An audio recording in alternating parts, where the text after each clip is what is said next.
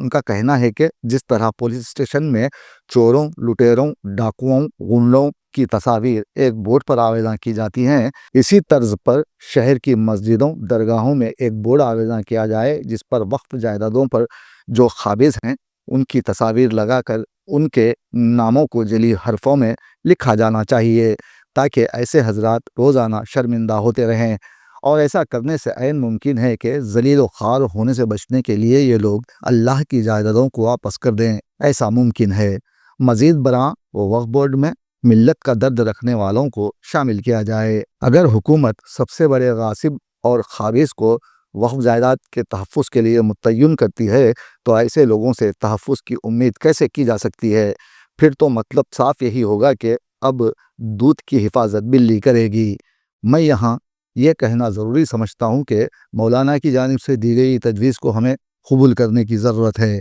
میں یہ اقرار کرتا ہوں کہ ہمارے محلے کی مسجد میں ایسے حضرات کی تصویروں کو آویزاں کروں گا جو وقف کی امداد پر قابض ہیں۔ آپ بھی یہ ارادہ کر لیں۔ اگر ایسا ہوتا ہے تو ہمیں کسی کے پاس نوکری مانگنے، حکومت کی جانب سے دی جانے والی فیس باز ادائیگی یا پھر کوئی امداد مانگنے کی ضرورت نہ رہے گی۔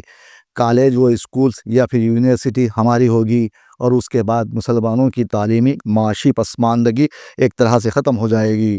مولانا کی باتوں پر دھیان دیں اور ذمہ دار مسلمان ہونے کا ثبوت دیں، تبھی ہم آگے بڑھ سکتے ہیں۔ مجھے یقین ہے کہ موجودہ چیف ایگزیکٹو آفیسر جناب محمد اسد اللہ صاحب جو ہیں وہ اس وقت سروے کمیشن وقف اہم عہدہ بھی دیا گیا، سی او وقف بورڈ ہیں، وہ ایک ایڈیشنل کلیکٹر رینک آفیسر ہیں، ریونیو پہ کمانڈ ہے۔ ان سے امید ہے کہ سبجیکٹ پہ ان کو گرپ ہے۔ یہ جو بھی اس قسم کے شرارتیں اوقافی جائیدادوں کو تباہ کرنے کے جو ہوتے ہیں، عملہ سے ہو یا وکلا سے ہو یا خزدن جو ہار جاتے ہیں، اس چیزوں کو وہ برابر کانگوشی کر سکتے، پکڑ سکتے، اور انہوں نے اچھا کام کر رہے ہیں۔ اور کافی جو خرابیاں دے گی، اکثر نو سے اس میں خرابی اور تباہی ہوتی گئی، اور جو ایک ہی لمحے میں نہیں سنبھل سکتی، اٹ ریکوائر ٹائم۔ اور جو ہے الحمدللہ مجھے امید ہے موجودہ چیئرمین عظمت اللہ صاحب سے بھی، وہ بھی جو ہے کافی وقف بورڈ کی آمدنی ٹینڈرز کے بھی کافی ہائر اس میں دیے گئے درگاہ کے، اور آمدنی کافی بڑھائی گئی ہے۔ اور اس کے ساتھ ساتھ جو ہے جو کرایہ دار ہے ان میں اللہ اخلاص پیدا کرے۔ اللہ کی جائیدادوں کے ہے بھئی، یہ پراپرٹی جو ہے وقف کی گئی بھی ہے، اور اس کے ہر پراپرٹی کا ایک زمرہ ہوتا ہے، ایک منشا ہوتا ہے، وقف کا ایک پہلو ہوتا ہے کہ بھئی یہ اللہ کے گھر مسجد کے لیے استعمال ہوگی، یہ درگاہ کے لیے ہوگی، یہ لنگر کے لیے ہوگی، یہ امام باڑے کی ہے، یہ عاشور خانے کی ہے، یہ چھلے کی ہے، تو ہر اس کا ایک آبجیکٹ آف وقف ہے۔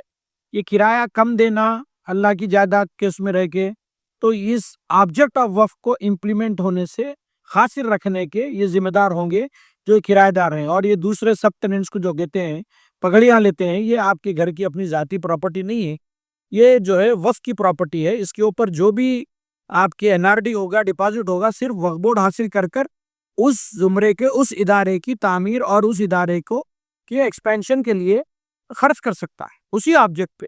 یہ دوسرے لوگوں کو لینے کا اختیار نہیں ہے۔ اور بہت ہی رخت انگیز دعا ہوئی، اتنی بڑی بزرگ شخصیت ہمارے درمیان ہے، اور ہم کو یقین ہے کہ اللہ اس وکلا کو اور جو بھی اس کے اندر خزدن اگر لینڈ گریبنگ جو کر رہے ہیں ان کو اللہ صراط المستقیم پہ چلائے۔ دعا کرنا، کوشش کرنا، حتی الممکن کوشش کرنا، اور یہ صرف ممبر، عہدیدار ان کی ذمہ داری نہیں ہے بھائی۔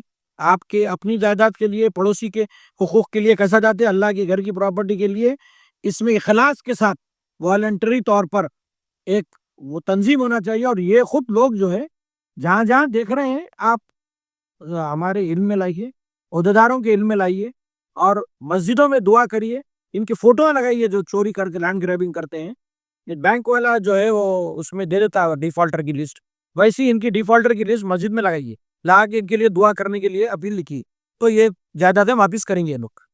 یہ وقف جو ہے ایکچولی کسی کی لوٹی ہوئی زمین نہیں ہے، یہ بڑی کثرت سے کمائی بھی عقل و حلال سے جو ہے، وقف حرام چیز کو وقف نہیں کیا جاتا۔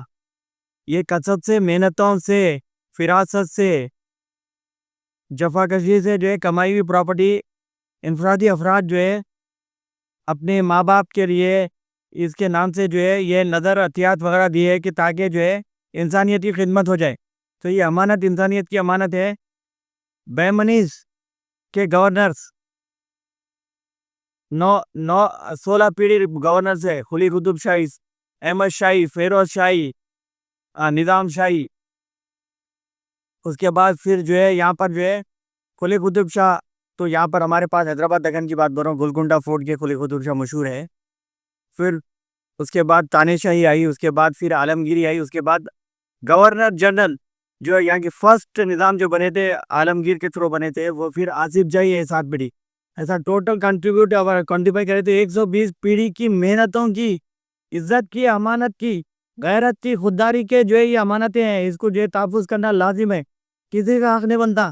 انسانیت کا حق ہے یہ، اور مسلمانوں کا حق ہے یہ کہ غریبوں، مسلمانوں کی بیواؤں کی، یتیموں کی، یتیموں کا حق نہیں ماننا چاہیے.